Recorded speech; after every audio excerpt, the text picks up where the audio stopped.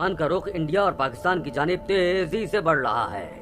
महकमा मौसमियात ने बताया कि बहेरा अरब में बिपरजॉय इंतहाई ताकतवर तूफान बन चुका है। तूफान 15 जून को केटी बंदर और भारतीय गुजरात के दरमियान टकराएगा।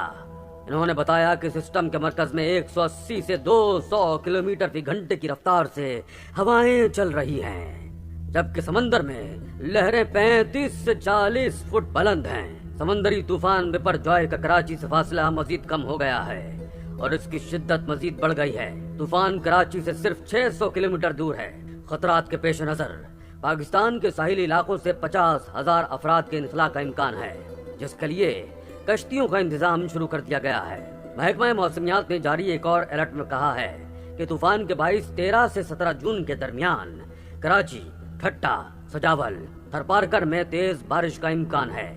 ऐसे मौके पर जहां लोगों को अपने लिए हिफाजती इक़दामात की पाबंदियों पर अमल करना चाहिए, वहीं कई लोग इस तूफान को देखने के लिए टोलियों की सूरत में साहिल समंदर का रुख कर चुके हैं।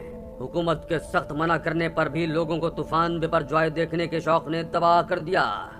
जी तो दोस्तों, ये वाकया पेश आया है जमील अनवर नामी शख्स के घर वालों के साथ। जैसे ही बिपरजॉय तूफान की खबरें सोशल मीडिया पर आम हुई, तेज हवाओं ने कराची को अपनी लपेट में ले लिया। ये मगरूर शख्स अपनी दौलत और घमंडी तबीयत की बदौलत बहुत अकड़ के साथ साहिल समंदर पर अपने बीवी बच्चों के साथ पहुंच गया। इसे अपने दौलतमंद और ताकतवर होने का कुछ ज्यादा इल्जाम था, लेकिन शायद वह भूल गया था कि अल्लाह को गुरूर और तकब्बुर पसंद नहीं है।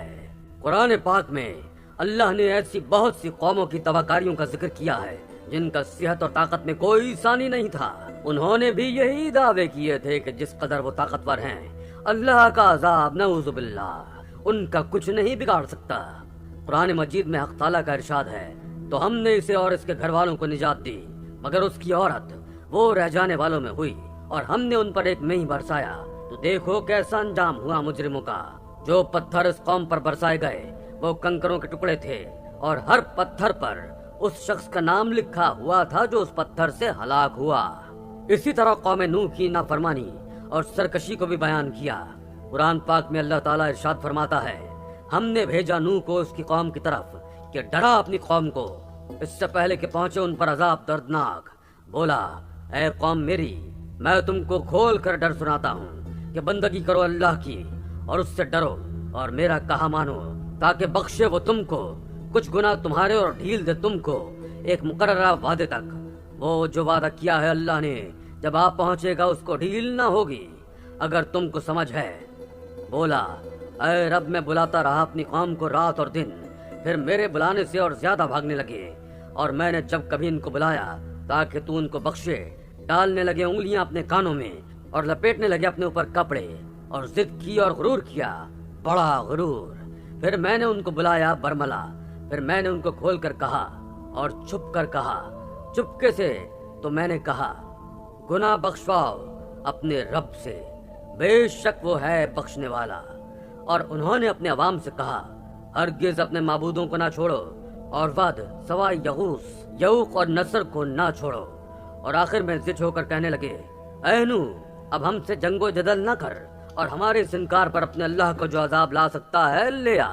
वो कहने लगे, ऐ नूह, तूने हमसे झगड़ा किया और बहुत झगड़ा किया, अब इसको खत्म कर और जो तूने हमसे अजाब इलाही का वादा किया है वो ले आ, अगर तुम सच्चे हो।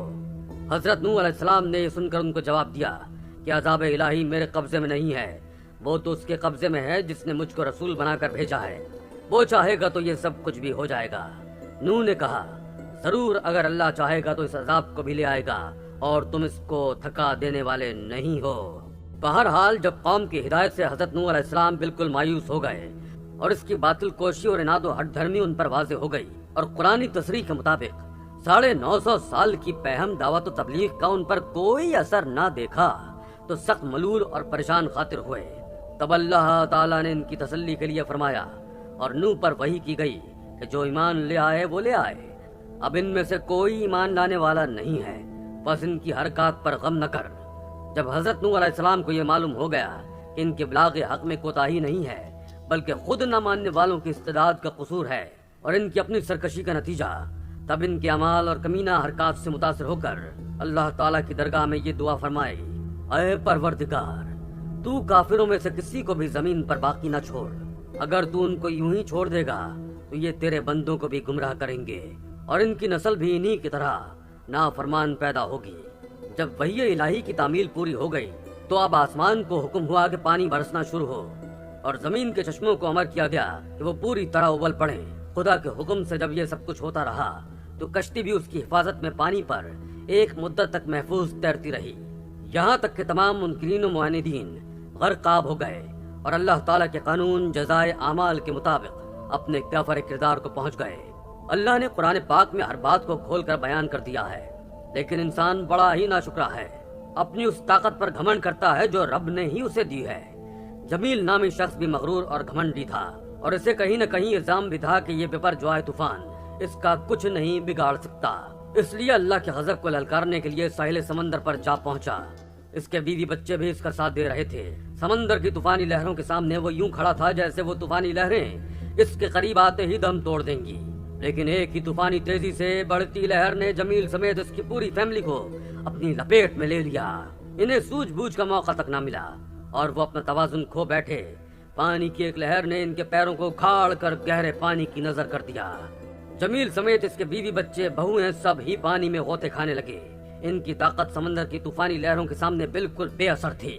موت سے پہلے موت کا مزہ چکھنا کسے کہتے ہیں، اس وقت جمیل اور اس کی بیوی بچوں سے بہتر شاید کوئی نہیں جان سکتا تھا، جو یہ سمجھتے تھے کہ یہ طوفان ان کا کچھ نہیں بگاڑ سکتا۔ انسان نہایت ہی کمزور مخلوق ہے اور اپنے گھمنڈ کی وجہ سے یہ نقصان اٹھاتی ہے۔ وہاں موجوں پر بہت سے مچھیرے اس وقت اپنی روزی روٹی کے حصول کے لیے سمندر پر جال بچھائے بیٹھے تھے۔ ماہی گیروں نے جب یہ چیخ و پکار سنی تو سمندر میں نظر دوڑائی۔ انہیں بس مردوں عورتوں کے ہاتھ ہی دکھائی دے رہے تھے، باقی پورا وجود پانی کی نظر ہو چکا تھا۔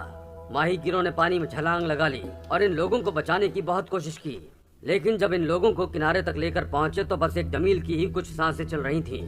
اس کی بیوی اور جوان بیٹے بہویں پوتے پوتیاں سب ہی مر چکے تھے۔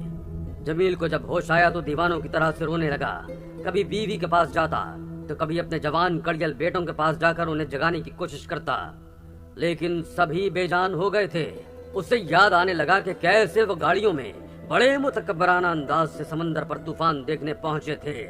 اس نے کہاں یہ سوچا تھا کہ بس ایک طوفانی لہر اس کا ہنستا بستا گھر، اس کے غرور اور گھمنڈ سمیت زمین بوس کر دے گی۔